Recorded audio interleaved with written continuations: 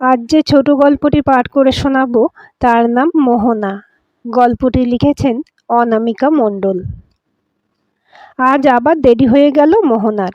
ব্যারাকপুর থেকে 8:45টার কাটোয়া লোকালটা ধরলে 10টায় বাঁশবেড়িয়া পৌঁছতে পারে, না হলে নৈহাটি থেকে ট্রেন পাল্টাও, তারপর ব্যান্ডেল নেমে অটোতে স্কুল। ঝামেলা তো হয়ই, তার সঙ্গে একগাদা পয়সা খরচ, বিশেষ করে তার মতো মানুষের বারবার ট্রেনে ওঠা। কিন্তু তার কি সত্যিই খুব অসুবিধা হয় ট্রেনে উঠতে? ডক্টর শ্রীবাস্তব তো বলেছিলেন ওকে মনের জোরটা আনতে হবে, তাহলে আর তেমন কোনো অসুবিধা হবে না। কথাটা ভেবেই আপন মনে মুচকি হাসলো মোহনা। ডাক্তারদের ওই রকম বলতেই হয়। সত্যিই কি আর আসল পা আর কাঠের পা এক হয়? একটা চাপা দীর্ঘশ্বাস ফেলে অকারণেই সালোয়ারের নিচের লেগিংসটা অন্য পা দিয়ে টানল সে। লোকজনের কৌতূহলী দৃষ্টি থেকে যতটা দূর সম্ভব আড়াল করে রাখাই ভালো এই নকল পাটাকে। কারোর করুণা বা সহানুভূতি আজ আর নিতে পারে না মোহনা। দূর, আজও আবার অটোটা স্টেশনে আগেই জ্যামে আটকে পড়ল। কি করবে ও? নেমে যাবে না বসে থাকবে? ভাবতে ভাবতে নেমে পড়ল মোহনা। ব্যাগটা আলগোছে বুকে জড়িয়ে নিয়ে হাঁটা দিল স্টেশনের দিকে। মনের অজান্তেই চোখ চলে গেল স্টেশনে ঢোকার আগে রজতের বড় ইলেকট্রনিক্সের দোকানটার দিকে। অসহায়ের মতো মোহনা তৃষ্ণার্ত চোখ দুটো রজতকে খুঁজতে থাকে, কিন্তু না, এয়ার কন্ডিশন শোরুমের মোটা কাঁচের জন্য ভেতরের কিছুই বাইরে থেকে দেখা গেল না। চোখটা নামিয়ে স্টেশনে পা রেখেই দেখে গাড়ি এসে গেছে। তাড়াতাড়ি ট্রেনে উঠতে গেল মোহনা, কিন্তু সামনে এই লোকটা এইভাবে দাঁড়িয়ে আছে কেন?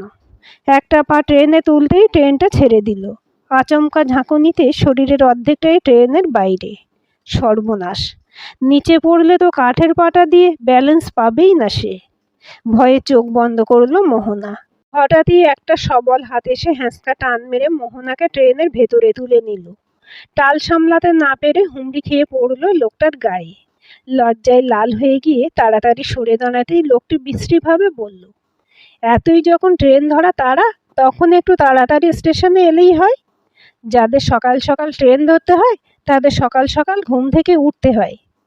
রাগে গা জ্বলে গেল মোহনার। উনি যদি গেটের মুখে না দাঁড়াতেন তাহলে তো ও উঠে পড়তে পারতো ট্রেনে, এত ঝামেলাই হতো না। কিন্তু এখন আর কোনো কথার উত্তর দিতে ইচ্ছে করে না মোহনার। আস্তে আস্তে ভেতরে গেল সে, আর কপাল গুনে ইছাপুরেই জানালার কাছে একটা সিট পেয়ে গেল। জানলা দিয়ে বাইরে তাকিয়ে মনটা বেশ কয়েক বছর পিছিয়ে গেল মোহনার। খুব সুন্দরী না হলেও বেশ সুশ্রী, স্মার্ট ও মেধাবী মোহনাকে পাড়ার সবাই খুব ভালোবাসত। প্রতি বছরই মোহনারা পাড়ার সরস্বতী পুজো করত, কিন্তু সে বছর পুজোর কয়েকদিন আগে খুব বৃষ্টি হলো, ফলে ওরা যে ছোট জায়গাটাতে পুজো করত সেটা ডুবে গেল। তখন ওরা ওদের পাড়ার সব থেকে বড় লোক রজতদের বাড়ির বাঁধানো বড় উঠোনে পুজো করতে দেওয়ার অনুরোধ নিয়ে গেল ওদের বাড়ি। রজতের বাবা প্রথমে বারণ করলেও পরে নিমরাজি হয়ে যান। পুজোর দিন সন্ধ্যাবেলায় মোহনার গান শুনে মুগ্ধ হয়ে রজত এসে মোহনার সাথে আলাপ করলো। এক পাড়ায় থাকলেও অর্থবান বলে রজতরা পাড়ায় কারোর সাথে খুব একটা মেলামেশা করতো না। সেই আলাপ প্রেমে পরিণত হতে খুব বেশি দিন সময় লাগেনি। রজত গ্রাজুয়েশনের পর বাবার করে দেওয়া ইলেকট্রনিক্সের দোকান চালানো শুরু করে, আর মোহনা আরও পড়াশোনা করতে থাকে। দুই পরিবারও ওদের সম্পর্কটা মেনে নেয়। পড়া শেষ হওয়ার পর মোহনা স্কুলে চাকরি পায়। ততদিনে রজতও ওর দোকানটাকে দাঁড় করিয়ে দিয়েছে। একতলার দোকান দোতলা হয়েছে, এসি বসেছে।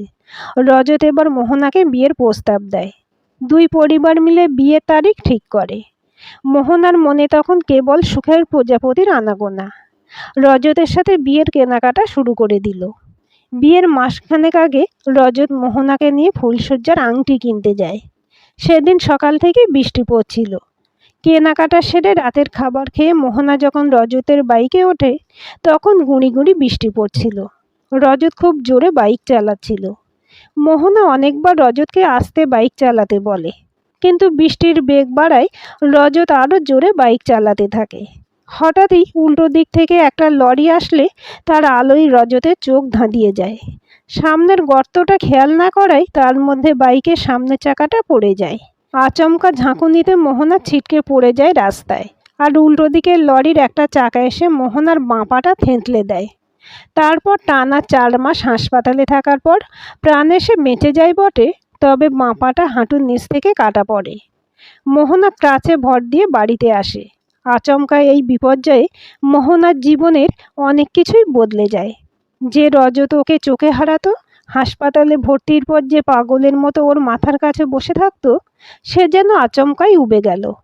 এমনকি অপারেশনের পর একবারও রজত আর মোহনাকে দেখতে যায়নি। একরাশ উৎকণ্ঠা নিয়ে রজতের কথা বাড়ির লোকের কাছে জিজ্ঞেস করেও সঠিক কোনো উত্তর পায়নি সে। সবাই কেমন যেন এড়িয়ে গেছে রজতের প্রসঙ্গ। বাড়ি ফিরে বোনকে বলে রজতকে খবর দিতে। তখন বোনের থেকে জানতে পারে রজতের নাকি বিয়ে হয়ে গেছে। ওদের যেদিন বিয়ে হওয়ার কথা ছিল সেদিনই রজতের বিয়ে হয়েছে, বিরাট এক বড়লোকের মেয়ের সাথে। পাড়ার সবাইকে রজতের বাবা নিমন্ত্রণও করেছিল, কিন্তু মোহনার সাথে বেইমানি করেছে বলে ওরা কেউ যায়নি। মোহনার পাড়ার বন্ধুরা নাকি রজতকে জিজ্ঞাসাও করেছিল কেন ও এই রকম করলো। রজত নাকি বলেছে ও কোনো প্রতিবন্ধীকে বিয়ে করে নিজের জীবন নষ্ট করতে পারবে না। সব শুনে মোহনা কাঁদতেও ভুলে যায়। নিজের মনেই ভাবে, আজ যদি তার জায়গায় রজতের এই রকম হতো, পারত মোহনা রজতের থেকে সরে আসতে? না, কখনো নয়। বরং আরও গভীরভাবে আঁকড়ে ধরত রজতকে। কিন্তু রজত পারল কি করে? এই কেনর উত্তর আজও খোঁজে মোহনা। এরপর 3টে বছর কেটে গেছে। মোহনার নকল পা লাগিয়ে চলাফেরা করছে। নকল পা নিয়েই সে ব্যারাকপুর থেকে বাঁশবেড়িয়ায় প্রতিদিন গিয়ে স্কুলে শিক্ষকতা করছে। সবার অনুরোধেও বাড়ির কাছাকাছি ট্রান্সফারের জন্য অ্যাপ্লাই করেনি। কোথায় যেন একটা আত্মসম্মানে লাগতো তার। মোহনার বোনেরও বিয়ে হয়ে গেছে, তবে তার অবস্থান সংসারে আর আগের মতো নেই। যে বৌদি বড়লোক বাড়িতে ননদের বিয়ে হবে বলে একটা কুটো অবধি কাটতে দিত না মোহনাকে, সেই বৌদিকেই খুশি রাখার জন্য সকালে স্কুলে আসা তাড়ার মধ্যেও তার ফরমাস খেটে দিতে হয়। আজ যেমন স্কুলে বেরোনোর মুখে বৌদি বলল দোকান থেকে পোস্ত এনে দিতে। দোকানে দাঁড়িয়েই মোহনা দেখল রজত তার বউ আর মেয়েকে নিয়ে কোথায় একটা গেল। চোখটা অকারণেই জ্বালা করতে লাগলো মোহনার। এমন সময় পাশে থেকে কে যেন বলে উঠল, কি ম্যাডাম, কি এত তন্ময় হয়ে গঙ্গা দেখছেন? এই লাইনে প্রথম আসা হলো বুঝি?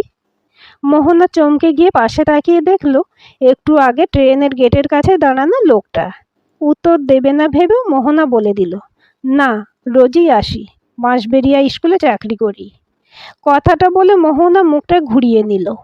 ট্রেন ঝমঝম করে গঙ্গার উপরের ব্রিজ দিয়ে গঙ্গা পেরিয়ে গেল। লোকটি আবার বলল, আমিও ব্যান্ডেলে চাকরি করি, থাকি বিধাননগর। এই সপ্তাহটা আমার এই সময়ই যেতে হবে। ট্রেনের এই শেষের কামরায় উঠব।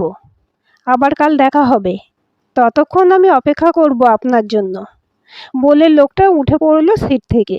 মোহনাও হাঁপ ছেড়ে বাঁচল। কি বিটকেল লোক রে বাবা। এবার মোহনাও তৈরি হলো নামার জন্য। পরদিন মোহনা একটু তাড়াতাড়ি স্টেশনে যায়। ইচ্ছে করেই 2টো কামরায় এগিয়ে দাঁড়ায়। ট্রেন স্টেশনে থামতেই আগের দিনের গলার স্বর। জোরে চেঁচিয়ে উঠল লোকটা, এই যে ম্যাডাম, এইখানে। মোহনা কথা না শুনে ট্রেনে উঠে পড়ে। ট্রেন ছাড়ার একটু আগেই লোকটা এসে মোহনার কামরায় উঠে পড়ে। মোহনার সামনে গিয়ে বলে, আচ্ছা মানুষ আপনি, কাল এত করে বললাম আপনাকে শেষ কামরায় উঠতে, তাও আপনি এখানে উঠলেন? মোহনা এবার রেগে গিয়ে বলল, আপনি বললেই আমাকে উঠতে হবে? আমার যেখানে ইচ্ছা সেখানে উঠব। বলে মোহনা চুপ করে থাকে। দেখতে দেখতে 7 দিন হয়ে গেছে। মোহনা লোকটির সম্বন্ধে বিশেষ কিছুই জানতে পারেনি বা জানতে চায়ওনি। কি লাভ আর জেনে? মোহনার আজকাল আর কারোর ব্যাপারে কোনো কৌতূহল নেই। তবে তার কথা মতো সে কদিন শেষের কামরাতেই উঠেছে। নিতান্ত অনিচ্ছা সত্ত্বেও মোহনাকে নিজের বাড়ির ঠিকানা ও তার বাবার ফোন নাম্বার দিতে হয়েছে। তবে আজ যেন মোহনার একটু ফাঁকা ফাঁকাই লাগলো। এত অনর্গল কথা বলতো লোকটা। উফ, পুরো পাগল একটা। ওর বাবার ফোন নাম্বার কোন কাজে লাগবে কে জানে। যাকগে, মরুকগে ভেবে মোহনা স্কুলের বার্ষিক পরীক্ষার প্রশ্ন কী রকম করবে তাই নিয়ে ভাবতে থাকে। এরপর কেটে গেছে প্রায় 1টা মাস। মোহনা স্কুল, বাড়ি, সংসারের কাজকর্ম এইসব নিয়েই ব্যস্ত। আজকাল গানটা আবার নতুন করে শুরু করেছে। এর মধ্যে একদিন মোহনার বাবা মোহনাকে ডেকে বলল, সামনের বুধবার তাকে দেখতে পাত্রপক্ষ আসছে। সে কি ছুটি নিতে পারবে? মোহনা বাবার কথায় প্রথমে অবাক হয়ে যায়, তারপর বলে, বাবা, আমি রোজগার করি। আমি যদি এই বাড়িতে বাড়তি হয়ে যাই তো বলো, আমি অন্য কোথাও চলে যাব। কিন্তু তোমার এই খোঁড়া মেয়ের বিয়ের সম্বন্ধ খুঁজে তুমি আর আমাকে অপমান করো না। আমি আর অপমান নিতে পারবো না বাবা। কথাগুলো বলে মোহনা কেঁদে ফেলে। মোহনার বাবা মেয়ের কষ্টটা বুঝে বলে, আমি কোথায় সম্বন্ধ খুঁজলাম? তোর সাথেই তো ছেলেটির নাকি ট্রেনে আলাপ। তুই তো আমার ফোন নাম্বার দিয়েছিস।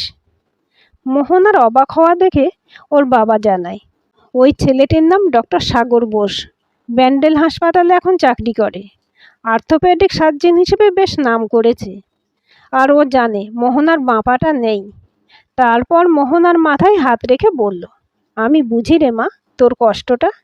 তবে সব ছেলেই রজত নয় রে। নির্দিষ্ট দিনে সাগর তার বাবা মাকে নিয়ে মোহনাদের বাড়ি আসে।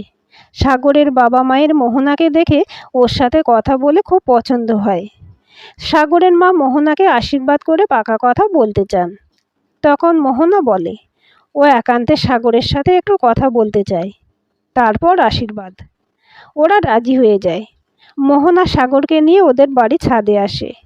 কোনো ভূমিকা না করেই মোহনা বলে, ডক্টর সাগর বোস, আপনি নামকরা ডাক্তার হতে পারেন, অনেক বড় লোকও হতে পারেন, কিন্তু আমার মতো একজন প্রতিবন্ধীকে এভাবে করুণা করতে আপনাকে কে বলল? আমি নিজে চাকরি করি, তাই বিয়ে না করলেও চলবে আমার। একটানা কথাগুলো বলে মোহনা হাঁপাতে থাকে। সাগর দুঃখী মুখ করে বলে, সরি ম্যাডাম, আমি জানতাম না যে এই বিয়েতে আপনার মত নেই। হ্যাঁ, আমি মানছি আপনি সুন্দরী, চাকরি করেন। আপনি আমাকে আপনার যোগ্য মনে নাও করতে পারেন, সে স্বাধীনতা আপনার আছে। ঠিক আছে, আমি মাকে না বলে দিই। বলে সিঁড়ির দিকে এগোলো। তারপর আবার মোহনার দিকে তাকিয়ে বলল, তবে ম্যাডাম, আমি আপনাকে করুণা করি এ কথা প্লিজ বলবেন না। আসলে কি জানেন ম্যাডাম, অঙ্গহানি হলেই সে প্রতিবন্ধী হয় না। প্রতিবন্ধকতা মানুষের শরীরে নয়, মানুষের মনে, বুঝলেন? অ্যাক্সিডেন্টে পা হারিয়ে আপনি প্রতিবন্ধী হয়ে যাননি ম্যাডাম। প্রতিবন্ধী তো তারা হয়েছে যারা আপনাকে করুণা করেছে, অবজ্ঞা করেছে। জানেন ম্যাডাম, বিধাননগর স্টেশনের সামনের বড় বহুতলে আমরা থাকি। রোজ ফ্ল্যাটের থেকে ট্রেনে যাওয়া আসা দেখতাম। অনেক দিন ট্রেনে চড়িনি, খুব চড়তে ইচ্ছে করতো। তাই সেদিন যখন গাড়িটা সমস্যা করছিল, তখন কিছু চিন্তা না করেই ট্রেনে উঠে বসি। আপনার সাথে আলাপ হয়। আমি ডাক্তার, তাই আপনি না বললেও আপনার যে পায়ের কোনো সমস্যা আছে সেটা বুঝতে ভুল হয়নি। তারপর আপনার পা আড়াল করার চেষ্টা দেখে সন্দেহ হয় আপনার পাটা হয়তো নকল। তবে আপনার চরিত্রের দৃঢ়তা, আপনার আত্মসম্মানবোধ, এগুলোই আমাকে মুগ্ধ করেছিল। তাই আপনার বাবার কাছে আপনাকে বিয়ের প্রস্তাব দিয়েছিলাম। উনি আমাদের বাড়ি গিয়ে সব দেখেও এসেছেন। কিন্তু আপনার যখন আমাকে পছন্দ নয়, তো সরি, আর কোনো দিন বিরক্ত করব না। আসি ম্যাডাম। একটানা কথাগুলো বলে সাগর দ্রুত পায়ে সিঁড়ির দিকে এগিয়ে গেল। পিছন থেকে মোহনা মৃদু গলায় ডাকলো, শুনুন। সাগর পিছন ফিরে বলল, বলুন। মোহনা বলল, আমার একটা অতীত আছে, মানে আমি একজনকে ভালোবাসতাম। সাগর ঘুরে দাঁড়িয়ে চোখ সরু করে বলল, এখন কাউকে বাসেন নাকি? অতীত নিয়ে আমার কোনো মাথা ব্যথা নেই, ইতিহাস আমার প্রিয় বিষয় নয়। তারপর নিজের মাথায় দুটো চাঁটি মেরে নিজের মনেই বলল, ইতিহাসের সন তারিখের গেরো। বাবা! ওর কথা বলার ভঙ্গিমায় মোহনা হেসে ফেলল। তারপর লাজুক মুখে বলল, আপনি না সত্যি একটা পাগল আছেন।